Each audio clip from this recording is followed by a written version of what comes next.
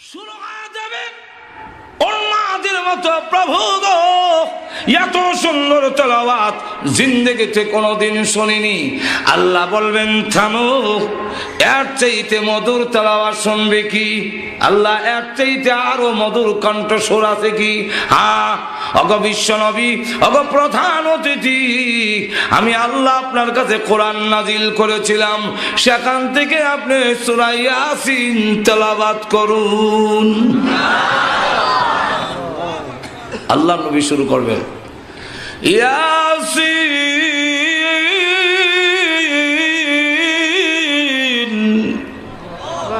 ওয়াল কুরআনিল হাকীম।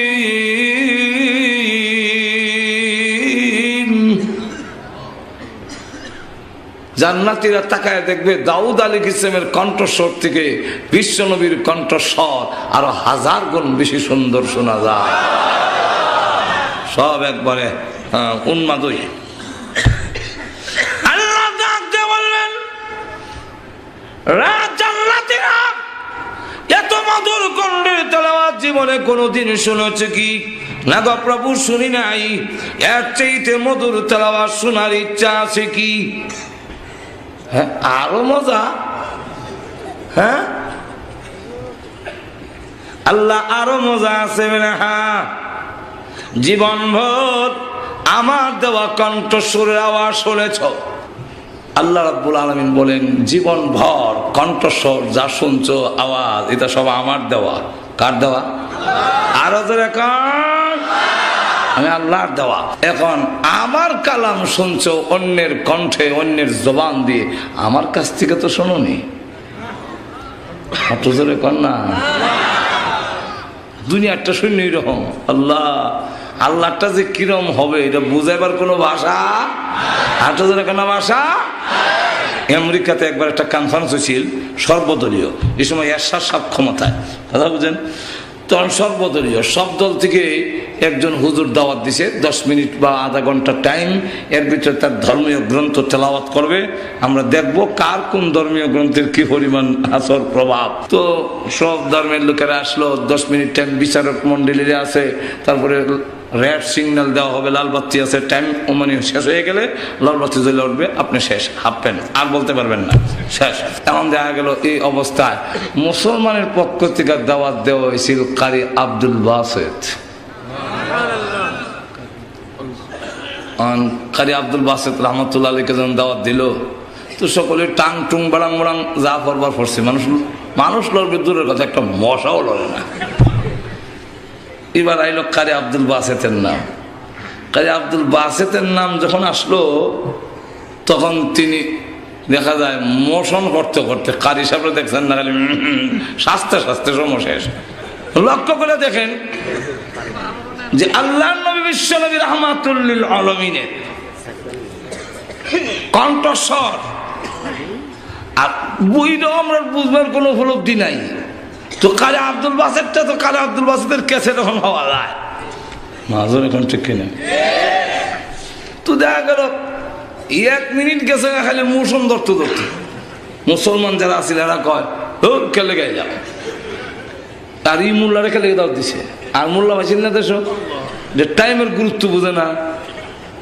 এরপরে দেখে আবার ধরছে কানো ধরে, যে হা করছে, আরো 1 মিনিট নাই, বেটা শ্বাস লইতেছে, পেট্রোল লইতেছে।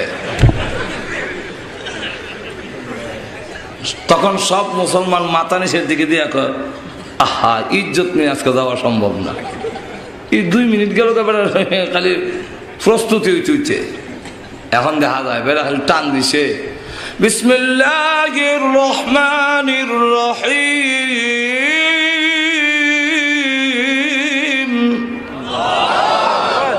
এমনি যারা কলম দিয়ে নম্বর দিত, কলম থইয়া যে চাইছে আর কলম,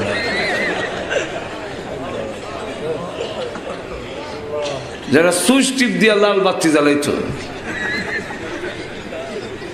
ওনার আর যায় না। ঠিক কিনা? শ্রোতারা যে আমরা চাইছি আর লড়ে না, ওনার তেলাওয়াত চলছে। যখন শেষ করছে, সাদাকাল্লাহুল আযীম। সকলে কয় মনে হয় 10-20 মিনিট গেছে, চাই দেখে না কয়েক ঘন্টা তেলাওয়াত চলছে, খবর না। উনি স্টেজ থেকে নেমে যাবে, শত শত খ্রিস্টান যুবকেরা দাঁড়ায় গেছে, ও কালে আব্দুল বাসির কোথায় যান? আর যায় না, আরো পড়েন, আমাদের দিল চেঞ্জ হয়ে গেছে। একদল 2 লাখ ওই কনফারেন্সে 80 জন খ্রিস্টান যুবক দাঁড়ায় সঙ্গে সঙ্গে কালমা পড়ে মুসলমান হয়ে গিয়েছে। চিন্তা করে আল্লাহর তেলাওয়াত কিরকম হইবে? আল্লাহ তখন সংক্ষেপ করিলে নিলে শেষ করণ যেত না। আল্লাহ তখন ডাক দিয়ে বলবে, জীবনভর আমি আল্লাহর দেওয়া কণ্ঠস্বর আমার কথাগুলো শুনেছ আব্দুল বাসিত, আব্দুল সত্তার, আব্দুল গফফারের জবানে। আমার কথাগুলো আমার জবান থেকে শুনোনি, আমার কণ্ঠে শুনো নাই। আজকে আমি আল্লাহ নিজে তেলাওয়াত করে শোনাবো।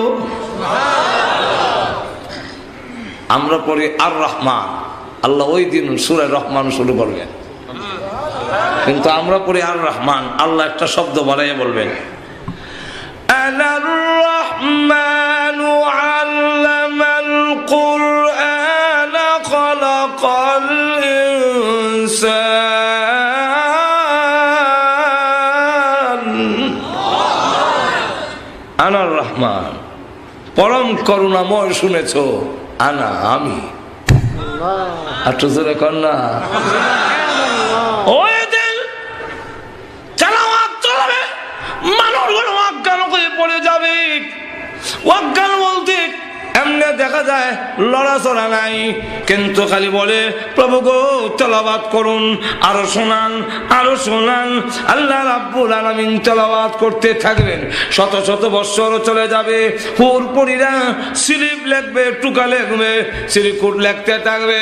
আল্লাহ মাহফিল সমাপ্ত করুন, আর না হয় আমাদের স্বামী গুরুকে আর জিন্দেগিতে পাবো না। আল্লাহ রাব্বুল আলামিন মাহফিল সমাপ্ত করে বলবেন, ওঠো জান্নাতীরা, যাও আপন আপন বাড়িতে। এমনি জান্নাতীরা উঠে যখন নাকি বুড়াকে সোয়া জান্নাতের ভিতরে ঢুকবে, হুরপুরীরা মাথা থেকে পা পর্যন্ত বড় চোখ দিয়া তাকায়। এমনি বলে, কেন তাকাও? এইভাবে আমার দিকে তাকাও কেন? আমি না এই বাড়ির মালিক, আমাকে চিনতে গিয়ে অসুবিধা হচ্ছে নাকি? হুরপুরীরা ডাক দিয়ে বলবে, চিনতে অসুবিধা হইতেছে। কেন অসুবিধা হয়? আগে যা সুন্দর ছিলেন গো, আল্লাহর মাহফিলে অংশগ্রহণ করার পরে আল্লাহর তাওয়াজ্জু ডাইরেক্ট তোমাদের উপরে পড়েছে, আল্লাহর দৃষ্টি ডাইরেক্ট পড়েছে। এই কারণে আগে যা সুন্দর ছিলে এখন দেখা যায় আরো কোটি গুণ বেশি সুন্দর হয়ে গেছো। এই সূরা রহমান আপনাদের সামনে তেলাওয়াত করলাম, বলবো কিছু আরো জোরে? এই সূরার 2টা শানে নজুল। যেরকম কয়টা? একটা শানে নজুল হইল আল্লাহর নবী বিশ্বনবী রাহমাতুল লিল আলামিনকে আল্লাহ যখন বললেন যে এই অসভ্য জাতিকে পরিবর্তন করতে হলে আপনি কোরআন তেলাওয়াত করুন, কোরআন দিলাম। কি দিলাম? আরো জোরে কন। হুয়াল্লাযী আরসালা রাসূলাহু বিল হুদা ওয়া দীনিল হক লিইয়ুযহিরাহু আলাদ দীনি কুল্লিহি ওয়ালাউ কারিহাল মুশরিকুন।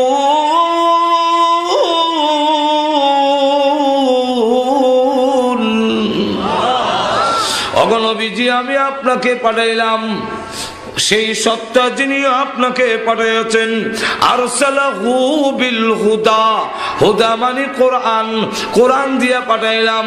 কারণ এই জাতিকে পরিবর্তন করতে হলে পিটায়া পরিবর্তন করা সম্ভব নয়। অগণবজি প্রশাসন বাইরে আপনি কিন্তু বলেন না, লাস্তা আলাইহিম বিমুসাইয়ির, আপনি কিন্তু দারোগা না, আপনি শাসক না, আপনি পিটাইবেন না, আপনি মুজাক্কির, আপনি নসিহত করনেওয়ালা। আমার কোরআন দিয়া নসিহত করি, দিলটা যদি চেঞ্জ করে দিতে পারেন, এই সুরই আল্লাহর ওলি হয়ে যাবে। দারোগা না কইলো কেন? দারোগা মানুষ বালা করতারে না, সূর্যের ডাকাত বানাইতারে। আর তুজরে কেন রুগই ধরতারে না? চুরি করা, জিনা করা, ডাকাতি করা, দুর্নীতি করা, বোমাবাজি করা, তার সব রোগ ভিতরে, আর দারোগা ফিটায় বডি উপরে। আর তুজরে কন্যা তো এইখানে ফিটলে কি হয়? এসলাহ না হইয়া ফিসলা হয়। এসলা না হইয়া ফিসলা, বুঝছেন নি? আগে কয়েল ধরাইলে মশা মানত, অন দেখবেন কয়েলে বসে ফাঁকলারে আর কয় দুয়া খাই অভ্যাস হয়ে গেছে, ফিসলা হয়ে গেছে। মানুষও মায়ের খাইতে খাইতে ফিসলা হয়ে। তোর এখন ঠিক কেনা 38 বছর, এটা কোনটা না শ্রীপুর টানা। 38 বছর বাংলাদেশ স্বাধীন হয়েছে। কত দারোগা আইছে আর গেছে। চ্যালেঞ্জ করলাম, 10 জন লোকের তালিকা এনে দিন, যে 10টা লোককে দারোগা, সবির আলী দারোগা চোর দেখাইতে পিটিয়া মারিয়া দরবেশ বানাইয়া ছাড়িয়ে দিয়েছে। এরা এখন আর চুরি করে না, ডাকাতি করে না। এমন 10 জন লোকের তালিকা যদি এনে নিতে পারেন, 1 কোটি টাকা পুরস্কার। পারবেন? 1 টাকা আমার দেওয়ান লাগতো না। যেরকম ঠিক কিন্তু আমরা পারবো। চ্যালেঞ্জ গ্রহণ করলাম। এদেশের দাওয়াত ও তাবলীগের মাধ্যমে, এদেশে মাদ্রাসা শিক্ষার মাধ্যমে, এদেশে হক্কানি পীর বুজুর্গদের সহবতের মাধ্যমে লক্ষ লক্ষ চোর ডাকাতের চরিত্রের পরিবর্তন হয়ে দরবেশে রূপান্তরিত হয়েছে। আল্লাহু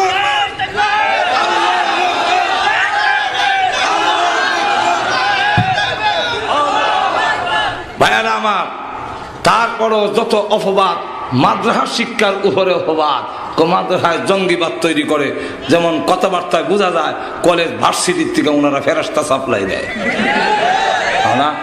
আর আমরা খালি জঙ্গিবাদ তৈরি করি না, বুঝে শুনে কথা বলা, এটা মূর্খের আলামত। যেরকম ঠিক কিনা?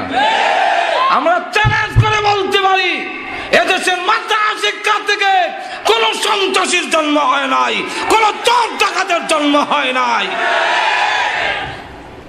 থানায় সকল দাগি লোকের তালিকা আছে, লিস্টে আছে। কেটা গাঞ্জা খায় হিট হয়ে কইতারে মাজরে ফোন জানে না, পুলিশে জানে না, কেউ নাই। আপনারা কি মনে করেন? হাঁটু জোরে কর, কারণ এরা তো সবসময় কামুল। কেন কিতা করে দেখবার লাগে? কার জুতা চিরা আমনে না কইতারলো, আমনের জুতা যে চিরা এটা সামারে কইতারে, মুছে কইতারে। হ্যাঁ কামুইল আপনার জুতা চিরা দেহ মাজুর এখন ঠিক কিনে। তার আজ্ঞা দেখেন, সবের তালিকা আছে, সবের তালিকা আছে। আমরা চ্যালেঞ্জ করে বলি, 38 বৎসরের দাগি তালিকার মধ্যে একজন লোক বের করে দিতে পারবেন যে দাওরা হাদিস পাস করে চুরি ডাকাতি লিপ্ত হয়েছে? তাহলে মাদ্রাসা শিক্ষায় কোনানো জঙ্গিবাদ করলো, বরং করে করা দুঃসাবাদে আমরা রূপে কথা বুঝছেন? আর না হইলে এটা ষড়যন্ত্র। কথা বলছেন না? আমার প্রাথমিক জমানায় একখান ওয়াজও যায়, তো আরেক বক্তা আর আমি রিক্সাতে যাই, গিয়া 1 কিলোমিটার জায়গায় 8টা যেমন লাগে, গ্রামের ভিতরে রিক্সা যায় না। উনি আর আমি প্রায় বয়সের কাছাকাছি, কথা বলছেন, হয়তো 2-3 বছরের বড় হবে। উনিও দাওয়াতি, আমিও দাওয়াতি। উনার হাতে একটা ব্যাগ আছে, কিন্তু আমার হাতে কোনো ব্যাগ নাই।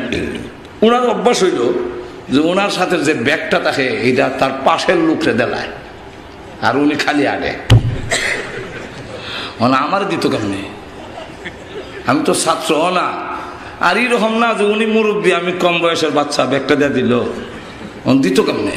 আমার মানে না, আমার লঙ্গিটা খুললে গেছে, ব্যাগটাতে একটু ধরেন। তো একজনের লঙ্গি খুললে গেছে, আমি ধরতাম না। যেই মাত্র ব্যাগও ধরছি, আমার বেটার লঙ্গি খতকান লেগেছে, আরে ব্যাগ আর নেয় না। লঙ্গি বিন্দার বাহানা দিয়া গাছটি আমার হাতে দিয়েছে। ঠিক তেমনি হবে যদি দেখেন কোন দাড়িওয়ালা পত্র পত্রিকায়, যদি দেখেন কোন মাদ্রাসার ছাত্রকে দেখায়, তাহলে বুঝতে হবে মাদ্রাসার হুজুররা ছাত্ররা সরল প্রকৃতির বিষয় হয়, সরল নিয়ে মাদ্রাসাত যায় এবং মাদ্রাসাত পড়লে একটা সরলতার দোষ পায়। কারণ জান্নাতের গুণ হইল আলুল জান্নাতে বুলহুন, জান্নাতি যারা হবে তারা সরল প্রকৃতির হবে।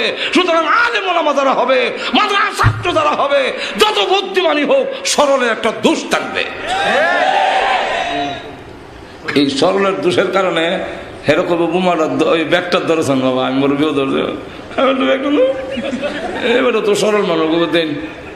শাহজালাল রহমাতুল্লাহ মাজারের ইমাম এবং মাদ্রাসার প্রিন্সিপাল বড় হুজুর বড় দলের, ওনার কাছে ভিডিও মেশিন দিয়েছিল বেগের ভিতরে, এই যে আন্তর্জাতিক বিমানবন্দর ধরা পড়লো। ওনার জায়গায় এটা কি এটা কি ভিডিও মেশিন, ভিডিও কিতা, ভিডিও কিতা, আমি কিতা ভিডিও কিতা। ওনার নিয়ম আছিল কইতো আর কি, যে আমি কিতের সাথে ভিডিও কিতের সাথে আমার কিতের সাথে আর জনে দিছে তো কিতের সাথে কথা বুঝেন। আল্লাহ হুজুরের গেছে গা, হুজুর লাখ সামান ব্যবহার করা যায় নেই। উনি জিগান এটা কোন সময় লাগায়, গোসলের আগে না পড়ে?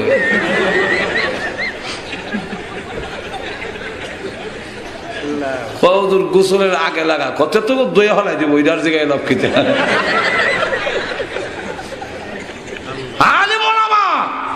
তোমাদের দুনিয়া এগুলোর সাথে কোনো সম্পর্কই নাই, যেরকম ঠিক কিনা?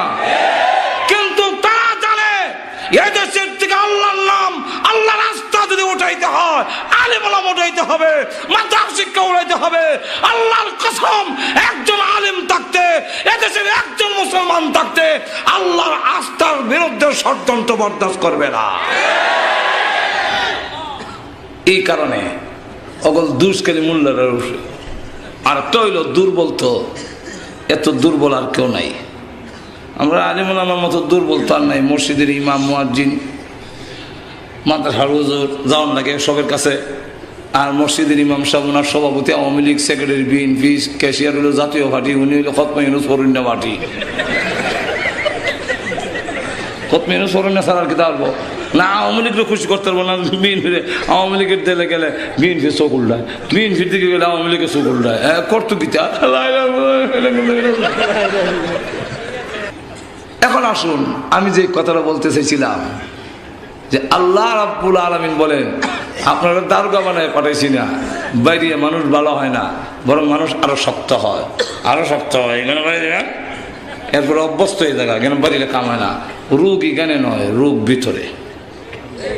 একটু ধরে কন, আল্লাহ নিজে বলে। বলবো না? অসুবিধা হইতেছে? وَنُنَزِّلُ مِنَ الْقُرْآنِ مَا هُوَ شِفَاءٌ।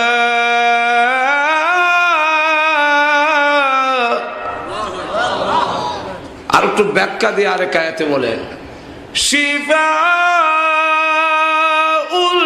লিমা ফিস সুদূর।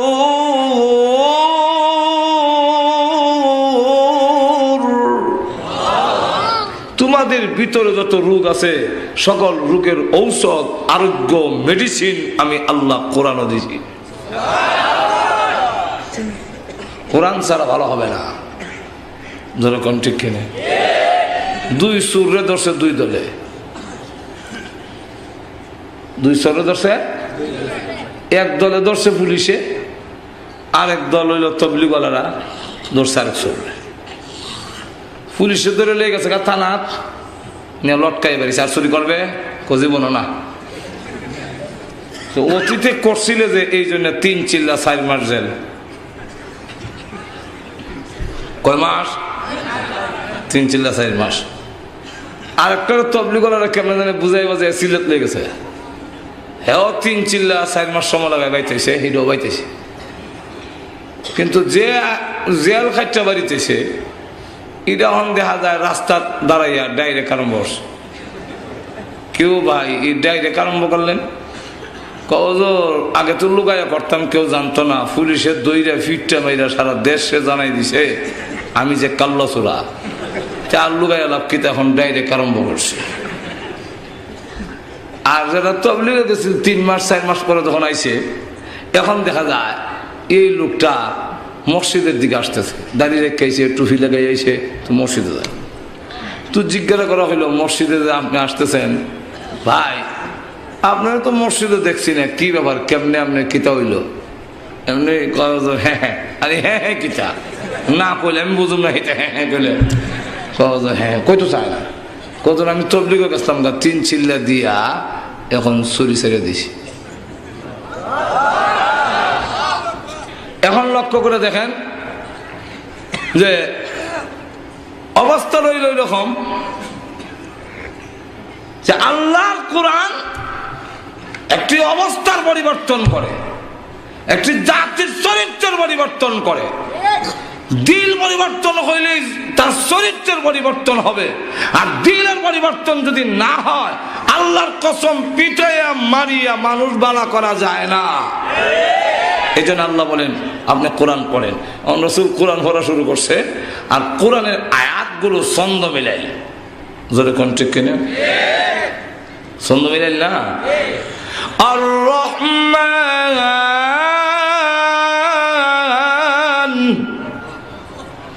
আল্লামাল কুরআন খালাকাল ইনসান। শেষ সাথে মিল আছে নি? আর তো জোরে কর না, আর একটু সামনে দাঁড়ালে বুঝতেন না।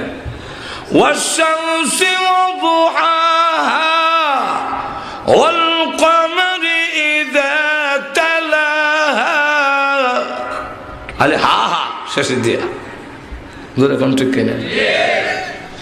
ওয়াদ-দুহা ওয়াল-লাইলি ইযা সাজা মা ওয়াদ্দা'আকা রাব্বুকা ওয়া মা ক্বালা। খালি খারা জবর। আল-কারিআহ মাল-কারিআহ ওয়া মা আদরাকা মাল-কারিআহ। খালি আহা কামের রাখো। হ্যাঁ, মুহাম্মদ তো কবি হয়ে গেছে। উনি তো জীবনে কবিতা বানাইছেও না, লেখছেও না, তো নিশ্চয় কোন পণ্ডিত এইগুলা বানাইয়া দেয় কোন সাহিত্যিকে, আর এইগুলা দিয়া মুহাম্মদ সাল্লাল্লাহু আলাইহি ওয়াসাল্লাম ওনার কণ্ঠ দেয়।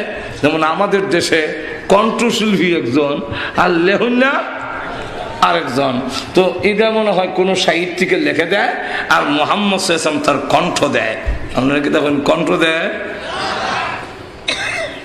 কণ্ঠ দেয় ঠিক, ওই কিন্তু কোন সাহিত্যিকা নয়, এগুলা দিয়েছেন আল্লাহ।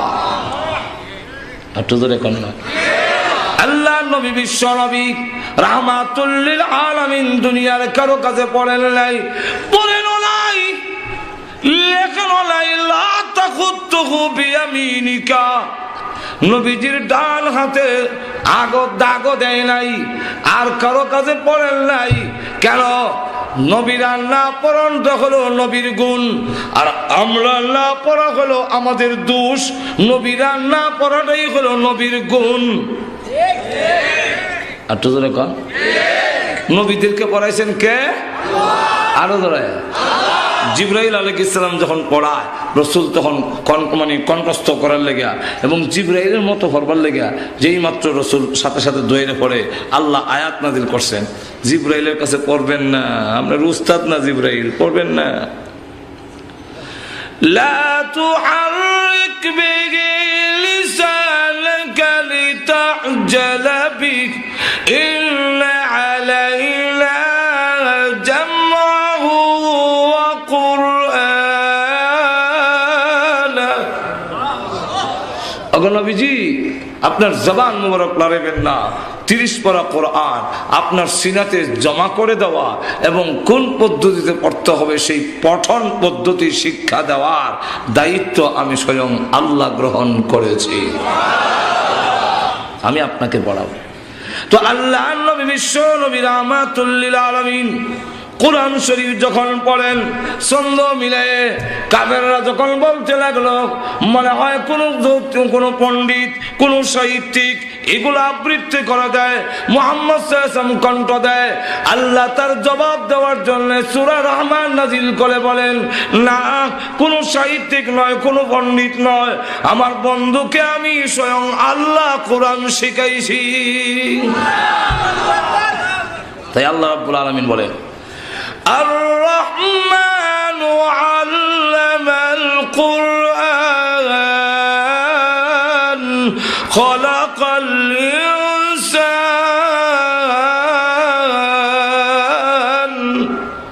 আল্লাহ বলেন আল্লামাল কোরআন আগে আনলেন কেন? তাফসীর কারকরা বলেন এর অনেকগুলো কারণ, এর মধ্যে একটা কারণ হইলো ওই কাফেররা যারা বলছিল যে এইগুলো সাহিত্যিকের কথা হবে তাদের জবাব দেওয়ার জন্য আল্লাহ জানায় দিয়েছেন আল্লামাল কোরআন, কোরআন কোনো সাহিত্যিকের কথা নয়, এরা শিখিয়েছেন আল্লাহ, ফাইল মাহুল দুটোই লুকায়। কথা বলছেন আল্লামাল কোরআন কাকে শিখাইছেন, কে শিখাইছেন, যিনি শিখাইছেন উনিও লুকায়েন, যারে শিখাইছেন ওনারও নাম ঠিকানা নাই। আল্লাহ রাব্বুল আলামিন দুটোটা লুকাইয়া যিনি শিখাইছেন তার নাম হলো আল্লাহ, যাকে শিখাইছেন তিনি হলেন বিশ্ব নবী। এই হলো একটা শানে নুজুল। এই জন্য এখান থেকে রইল, আবার যদি কোনোদিন সুযোগ পাই তাহলে আপনাদের সামনে তুলে ধরা হবে যে 2 নম্বর শানে নুজুলটা কেন এই সূরাটা নাজিল করা হলো এবং আল্লাহ রাব্বুল আলামিন বুঝাতে চাচ্ছেন ওগো নবীজি এই জাতিকে যদি আপনি পরিবর্তন করতে চান, এই অসভ্য জাতি যারা বাবা হইয়া নিজের মেয়েকে জিন্দা কবর দেয়, যারা নাকি যুবকরা নারীর ইজ্জত নষ্ট করে ঘোড়ার লেজের সঙ্গে বেঁধে নারীকে হত্যা করে, যারা পশুর মতো খাসলো, এক পশু যেইভাবে আরেকটা পশুরে একটা ডেখারে দেখলে দেখবেন শিং দিয়ে মাটি উড়ায়, পাও দিয়ে গাঁথা করে, এই শিং দিয়ে মাটি উড়াই বুঝাইছে যে তোমাকে এইভাবে ফাড়াইয়া মারো, আর গাঁথা করে দেখাইছে এটা তোমার কবর, আর শব্দের অর্থ হলে বেড়ে লাগবাও। আরব দেশের মানুষ অবস্থা ছিল যে একজন আরেকজনের মাইরা, কথা বুঝেন, এইভাবে কবর দেওয়া। এমনকি বাবা তার ছেলেকে কয়ে দিত যে আমার এন্তেকালের পরে অমুকের সাথে আমার ঝগড়া ছিল, তাকে হত্যা করে তার মাথার টুল দিয়ে তোমরা মদ পান করবে, এইভাবে ওসিয়ত করে দিত। কত জঘন্য! এই জাতিকে পরিচয় করে মানে পরিবর্তন করতে হলে আপনার একটা কাজ করতে হবে, এটা হলো আমি আল্লাহর পরিচয় তুলে ধরতে হবে, আমি আল্লাহকে। র্যাপ দিয়ে পারা যাবে না, কেন? র্যাব আর বন্দার মাঝখানে গ্যাপ থাকে, গ্যাপ থাকে না?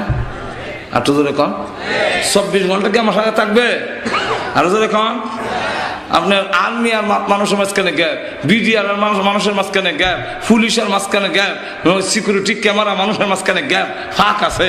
সুতরাং ফাঁকটার মধ্যে দুর্নীতি করবে। ওগো নবীজি মানুষকে বুঝাইয়া দেন আমি আল্লাহ আর আমার বান্দাবান্দির মাঝখানে কোনো গ্যাপ নাই। বন্ধা আছে যেখানে আল্লাহ আছেন।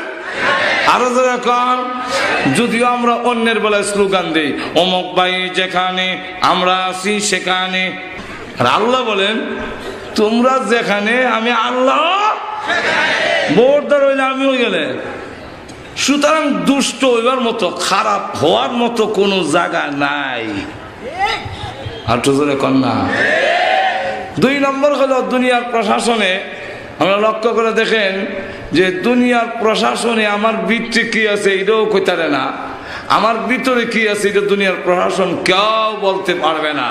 আমরা আমেরিকান বলেন ব্রিটেন বলেন ইমিগ্রেশনের মধ্যে এইভাবে সব মিশনের সামনে নিয়ে কালা করিয়া ফেরির ভিতরে যদি স্বর্ণ থাকে সেটাও বের করে দেয়, কিন্তু কোন লোক যদি ভিতরে ভিতরে কল্পনা করতে থাকে যে আমি বারাক ওবামা মারিলাম আমি বসে মানে না, এটা কিন্তু মেশিনে উঠে না। যেরকম ঠিক কিনা? কিন্তু আল্লাহ বলেন আমি এমন এক সত্তা, তোমার অন্তরে কি বলতেছো সেটাও আমি আল্লাহ জানি, ভবিষ্যতে তোমার অন্তরে কি আসবে না আসবে সেই খবরও আমি আল্লাহর আছে। যেরকম ঠিক না ঠিক না? এই কারণে মাদ্রাসা শিক্ষার মাধ্যমে আমাদের সমাজ পরিবর্তন হবে। শুধু জানাজা ভরানি, শুধু কবর জিয়ারত, শুধু মরার পরে ফাগরি, শুধু মরার পরে সুপারিশ করে বেহেশত, এতটুকুই না। আমরা মনে করি যে মাদ্রাসা শিক্ষা হইল এটা কবর জিয়ারত আর জানাজা ভরানি আর মরে সারলে যদি ফাগরি একটা ভাই, হ্যাঁ, তাস টাস ভাই, এই আর কি একটা আশা, আর নাহলে দুনিয়ার কোনো কামেন না।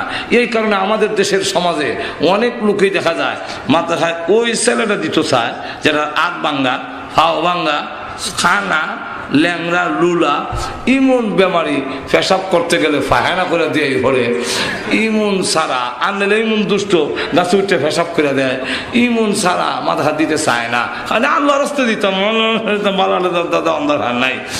জিগাইলাম কি ভাই কোরবানি দিবেন নি বছর? যে কয় এবার গড়ের কোরবানি দেবো। গড়ের কোরবানি দিবেন বলে হ্যাঁ, মানে গড়ের মানে ওই যেটার দাঁত সমান হয়ে গেছে, এখন আর ঘাস খাইতে পারে না, হেডা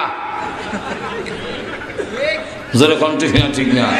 তাহলে বোঝা যায় আল্লাহর রাস্তায় দিতে গেলে একবারে যেটা খারাপ এটাকে দিতে, ভালোটাকে দিতে চায় না। তাহলে এখন চিন্তা করে দেখেন, আসলে মূল বিষয়টা এরকম নয়। মাদ্রাসার শিক্ষা যে শুধু জানাজা, শুধু কবর জিয়ারত, শুধু মরার পরে হাগরি, শুধু মরার পরে 10 জন সুপারিশ করে ব্যস্ত নিবে, শুধু ইজ্ঞানই শেষ নয়। মাদ্রাসার শিক্ষাটা হইল যে আমরা যদি আদর্শ সমাজ চাই, আমরা যদি ভ্রাতৃত্বমূলক সমাজ চাই, আমরা যদি সন্ত্রাস এবং দুর্নীতি মুক্ত সমাজ চাই, তাহলে অবশ্যই মাদ্রাসার শিক্ষা ছাড়া এই সমাজকে দুর্নীতি মুক্ত করা সম্ভব নয়। এটাই আজকে চূড়ান্ত কথা।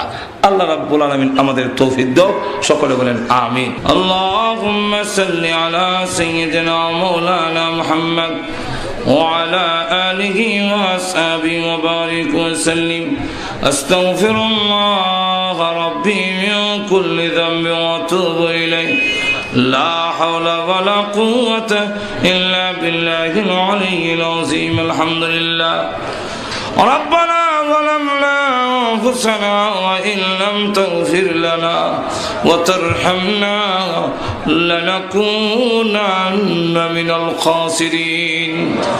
ربنا اغفر لنا ولوالدينا رب ارحمهما كما ربياني صغيرا.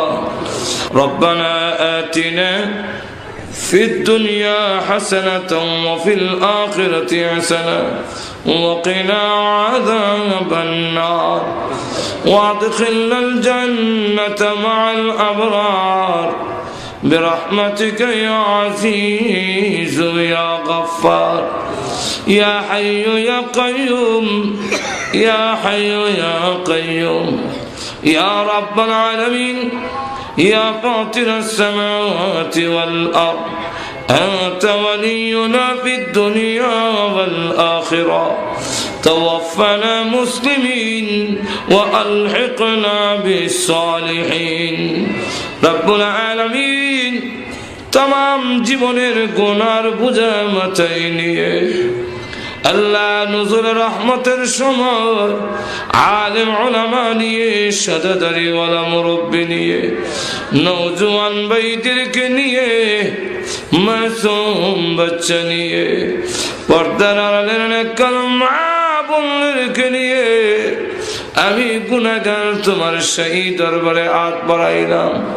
মেহেরবানি করে গো আমাদের জিন্দেগির গুনাহ মাফ করে দাও। আল্লাহ জানি না আজকের এই মুনাজাত কার জন্য জীবনের শেষ মুনাজাত। আল্লাহ কত মানুষ ঘুমায় আর ওঠে না, কত মানুষ ঘর থেকে বের হয় আর ঘরে ফিরে আসে না। রব্বুল আলামিন জানি না কার জন্য কাফনের কাপড় দোকানে জমা হয়ে গেছে। আল্লাহ মৃত্যু আসার আগে আগে মেহেরবানি করে আমাদের জিন্দেগির গুনাহ মাফ করে দাও। রব্বুল আলামিন তুমি যদি মাফ না করো, বলো না কার কাছে যাব, কোথায় যাব। দুনিয়াতে দেখেছি ছোট সময় দুষ্টামি করলে আব্বা আমাকে ঘরে ঢুকতে দিত না। সন্ধ্যা হয়ে গেলে ঘরের পিছনে দরজায় গিয়ে মা ডাক দিলে এমনি দেখতাম মা দরজা খুলে দুইটা হাত বাড়াইয়া দিত আর ডেকে বলতো আরে বাবা, সকলে ভুলে গেল আমি তোর গর্ভধারণী মা, তোকে ভুলে যাইতে পারি না। সন্তানকে বুকে জড়াইয়া জীবনের সব অপরাধ মাফ করে দে রব্বুল আলামিন। তুমি তো মার চাইতে কোটি কোটি গুণ বেশি দয়ালু গো আল্লাহ। গুনার বোঝা নাইয়া তোমার রহমতের দরজায় হাজির হয়েছি, আমাদেরকে টান দিয়া তোমার রহমতি কুদরতি বরকতি কোলে উঠাইয়া ঘোষণা দাও জলে বলা যা তোদের জিন্দগির গুনাহ মাফ করে দিলাম। রব্বুল আলামিন, আল্লাহ ও প্রভু আমাদেরকে তুমি মাফ করো আল্লাহ। আমরা যে যে উদ্দেশ্য তুলেছি প্রত্যেকের নেক আশা পূরণ করে দাও। আমাদের মধ্যে যারা অসুস্থ আছেন পূর্ণ সুস্থ করে দাও আল্লাহ। এই এলাকার নারী পুরুষ সকলকে নামাজি বানায়া দাও।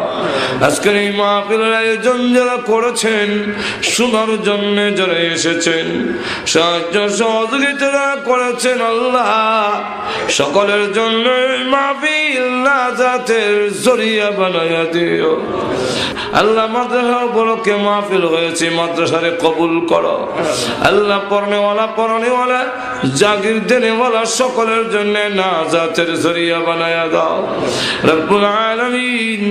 আমাদের পক্ষ থেকে আল্লাহ কোটি দুরূদ আর সালাম সোনার মদিনা পৌঁছাইয়া দাও। যত মুমিন মুমিনাত কবরে ঘুমায় আছেন সকলের কবরের আযাব মাফ করে দাও আল্লাহ। বিশেষ করে আমরা পাইলাম আল্লাহ কেন মা নাই কেন বানাই যাই না সন্তান হইয়া আল্লাহ তোমার সেই দরবারে হাত পড়েছে। মেহেরবানি করে মা বাবার কবরকে জান্নাতের বাগান বানায়া দাও আল্লাহ। মার কবরে আযাব দিও না, আব্বার কবরে আযাব দিও না আল্লাহ।